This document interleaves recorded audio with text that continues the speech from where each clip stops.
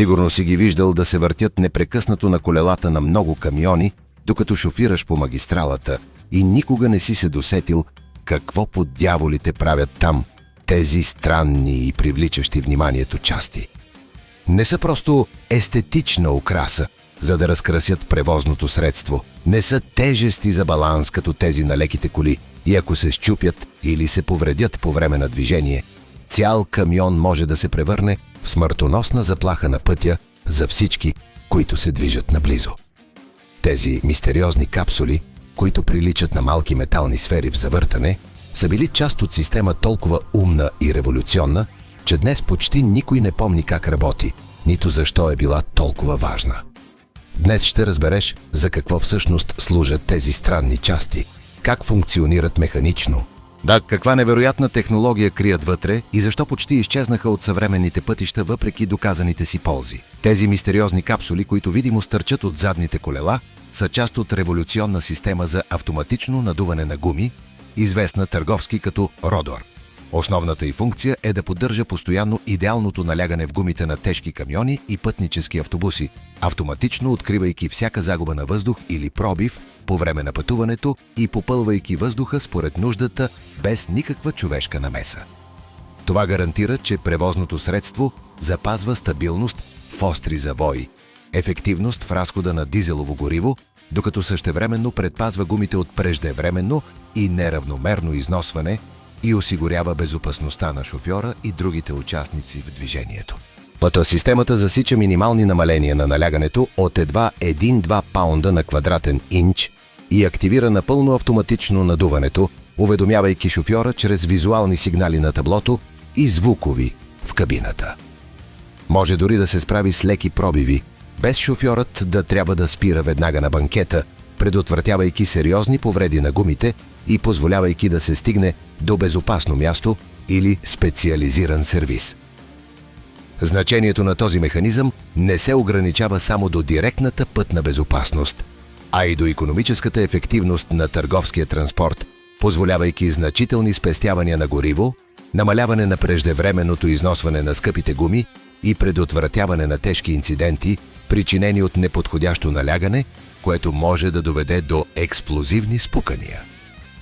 Любопитен факт номер 1. Гума над камион с едва 10% по-ниско налягане от препоръчаното може да увеличи разхода на гориво с до 4%.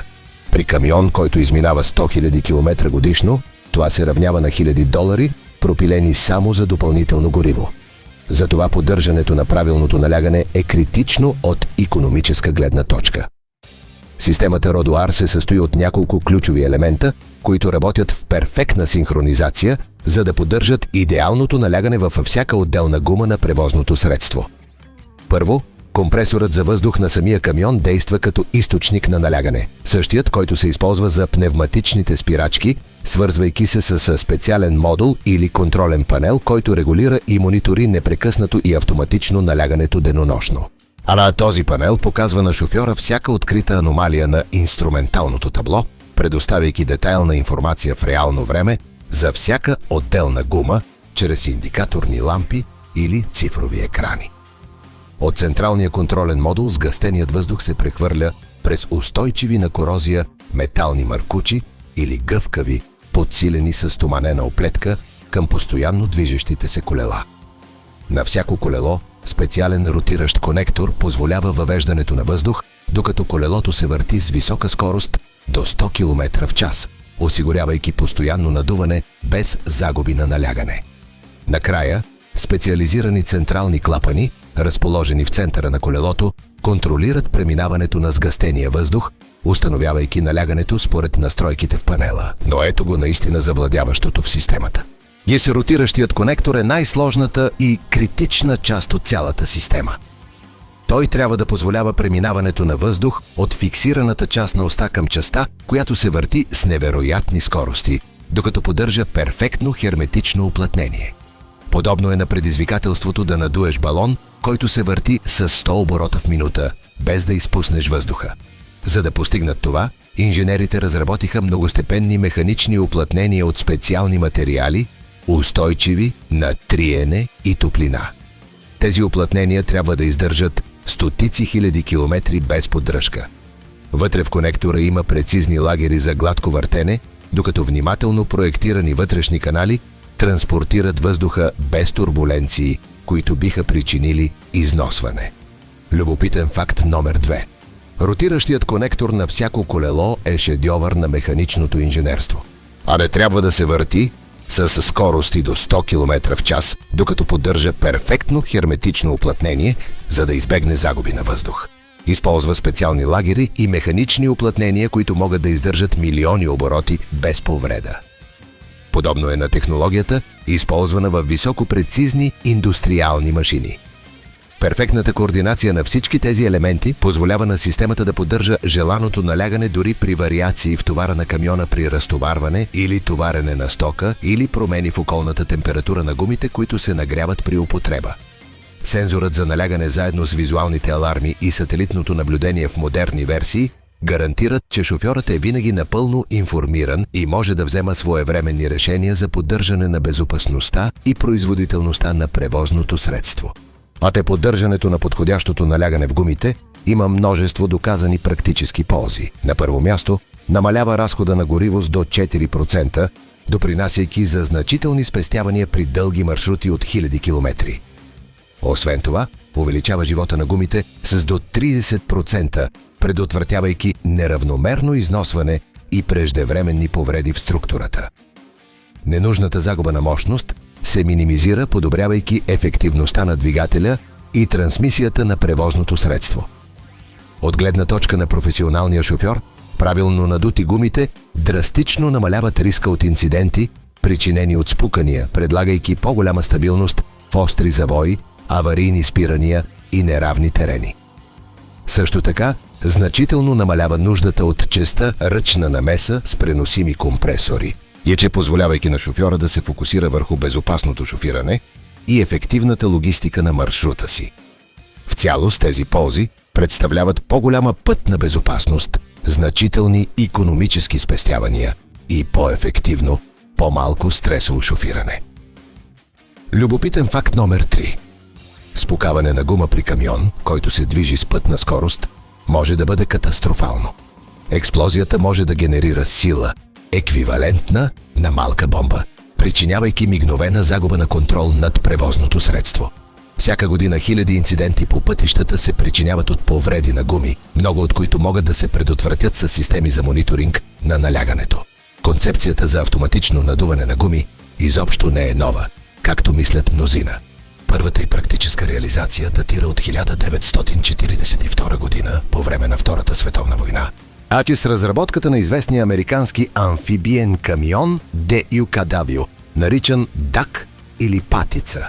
Този военен автомобил е проектиран специално за операции в сложни и разнообразни терени като вода, дълбока кал и разхлабен пясък и изисква постоянно регулиране на налягането в гумите си, за да се адаптира към всяка повърхност. Първите прототипи използваха камери и тръби, монтирани в главините на колелата, позволявайки на шофьора да контролира налягането от кабината с бутони, без да спира за ръчно надуване. С времето технологията се разпространи върху военни превозни средства от различни страни, включително бронирани автобуси, тежки търговски камиони и специализирани селско-стопански машини.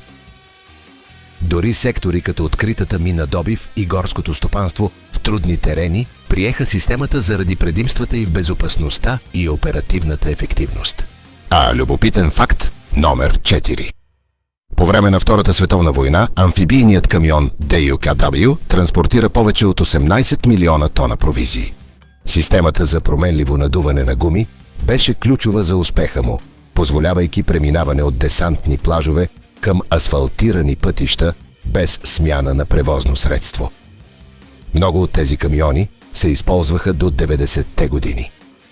През 90-те години бразилският инженер Фернандо Марсело Карлета разработи подобрена търговска версия на системата, включвайки електронен регулатор на налягането, ротор с механично уплътнение с висока издръжливост, проектиран специално за тропически климат и различни патентовани технически иновации, които подобряваха надежността. Карлета регистрира около 15 патента свързани с системата за автоматично надуване, от дизайна на външните капсули до вътрешните вериги за разпределение на въздуха, укрепвайки разпространението и в тежки камиони, пътнически автобуси и полезни превозни средства в Бразилия и съседните латиноамерикански страни. Системата стана популярна под търговското име Родуар, превръщайки се в символ на технологична модерност и персонализация сред професионалните шофьори на камиони, които се състезаваха за най-добре екипирани превозни средства. За много шофьори инсталирането на Родуар беше въпрос на професионална гордост, подобно на блестящи хромирани елементи или допълнителни светлини. Благодарение на иновативния си дизайн, предлагаше прецизен мониторинг на налягането във всяка отделна гума с точност от 1 PSI, позволявайки незабавни корективни действия и драстично повишавайки безопасността на пътя, особено по планински маршрути. Приемането на Родуар се разпространи бързо, ставайки стандарт във флоти за дълги разстояния, международни логистични компании и тежки работни превозни средства из цяла Южна Америка. Интересното е, че Родуар не беше само функционален, а се превърна в част от камионната култура. Шофьорите персонализираха външните си капсули с хромирани бои, ярки цветове или индивидуални дизайни. Някои компании дори рисуваха логата си върху капсулите като мобилна реклама. Той се превърна в елемент на визуалната идентичност на камиона. Любопитен факт номер 5. На върха на популярността си през 90-те години повече от 60% от новите камиони, продадени в Бразилия, идваха фабрично екипирани с система Родуар. Смяташе се за символ на статус сред шофьорите, подобно на висококачествено CB радио или персонализирани кожени седалки. Камионите без Родуар се продаваха по-евтино на пазара за употребявани. Ползите от системата Родуар са доказани както технически, така и икономически. Автоматичната калибровка на гумите намалява неравномерното износване с до 30%, подобрява стабилността на превозното средство, особено при пълен товар, и позволява продължаване на движението при леки пробиви, избягвайки скъпи престои и аварийни ремонти на пътя. Транспортните компании, които я приеха, постигнаха значителни спестявания в превантивната поддръжка и разхода на гориво. Освен това, удължиха живота на целите си флоти.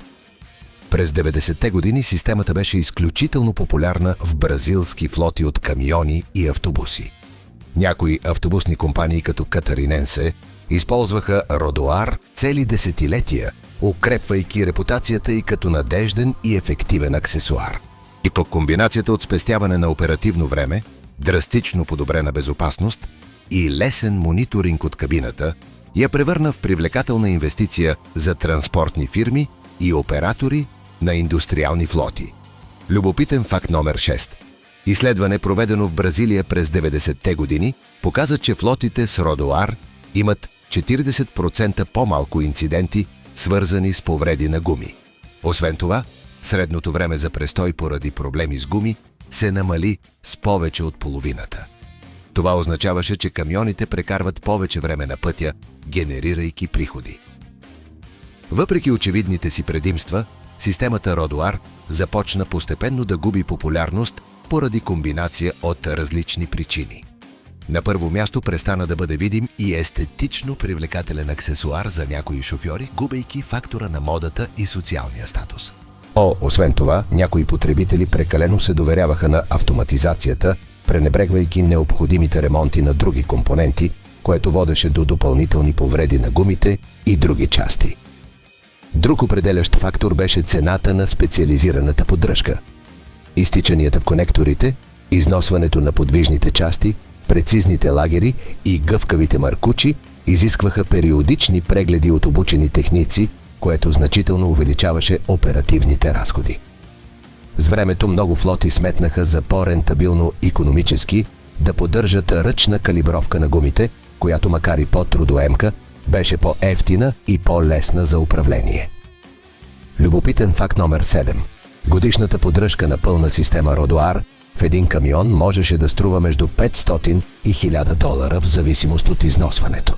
А за големи флоти с стотици превозни средства, това представляваше десетки хиляди долари годишно. Много компании решиха, че тези пари се харчат по-добре за други аспекти на превантивната поддръжка.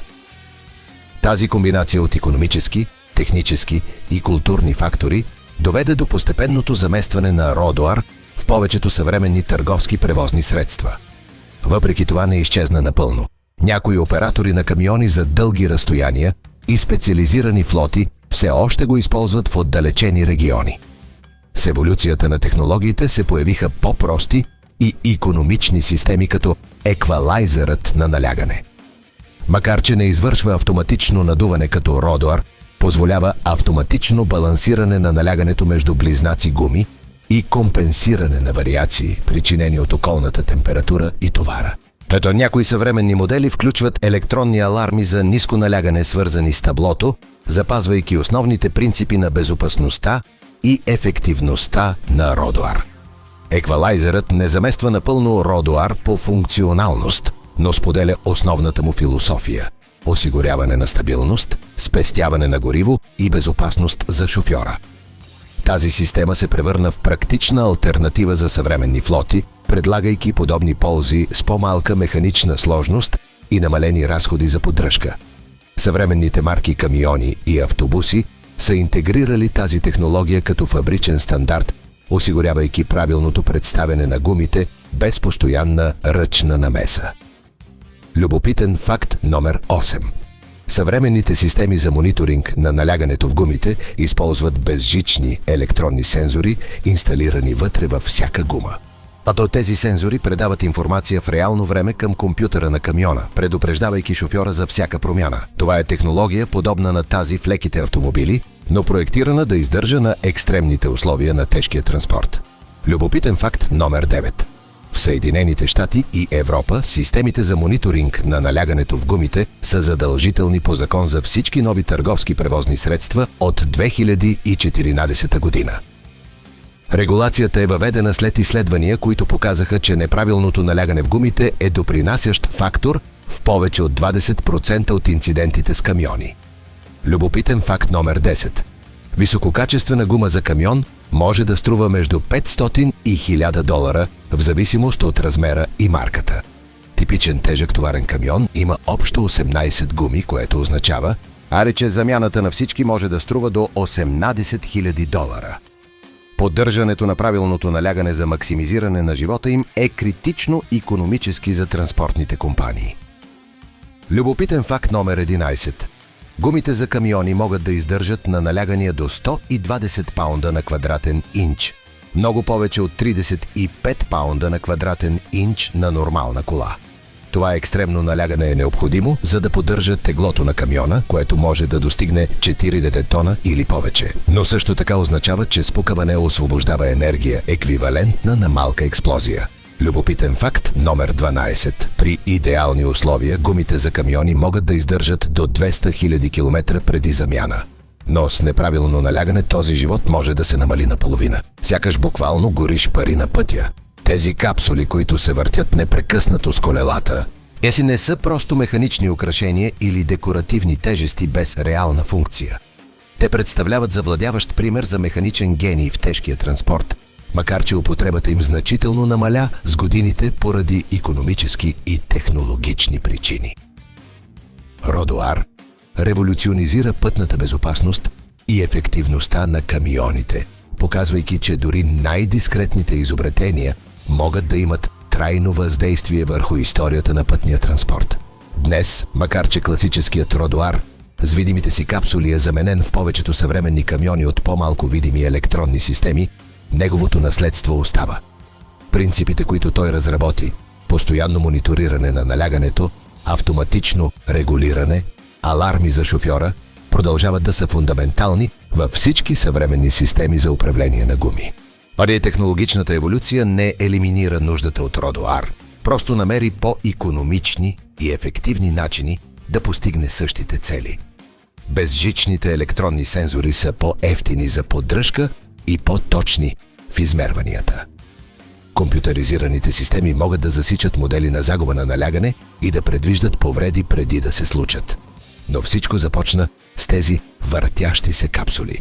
Чрез постоянната иновация, интелигентната автоматизация и механичната прецизност системи като Родуар ни учат, че безопасността и производителността не са случайност, или късмет, а резултат от инженерство, предназначено да защитава човешки животи и да оптимизира икономическите ресурси. Понякога най-дискретните изобретения изминават най-много километри в историята, оставяйки наследство, което прескача поколения и продължава да вдъхновява технологични подобрения в света на пътния транспорт. Завладяващо е да се замислиш, че технология, родена на бойните полета на Втората световна война, завърши с спасяване на животи по гражданските пътища десетилетия по-късно. Че система, проектирана за танкове и амфибийни камиони, се превърна в стандарт за училищни автобуси и доставни камиони. Това е напомняне, че иновацията има непредвидими пътища. Ако те изненада откритието на скритата гениалност зад тези мистериозни капсули на колелата, не забравяй да дадеш лайк, да се абонираш за канала и да активираш звънеца, за да продължиш да изследваш тайните на тежкия транспорт, които никога не си представял. Ще се видим на следващия маршрут, където всеки камион крие своя собствена история на иновация и приключение по пътя.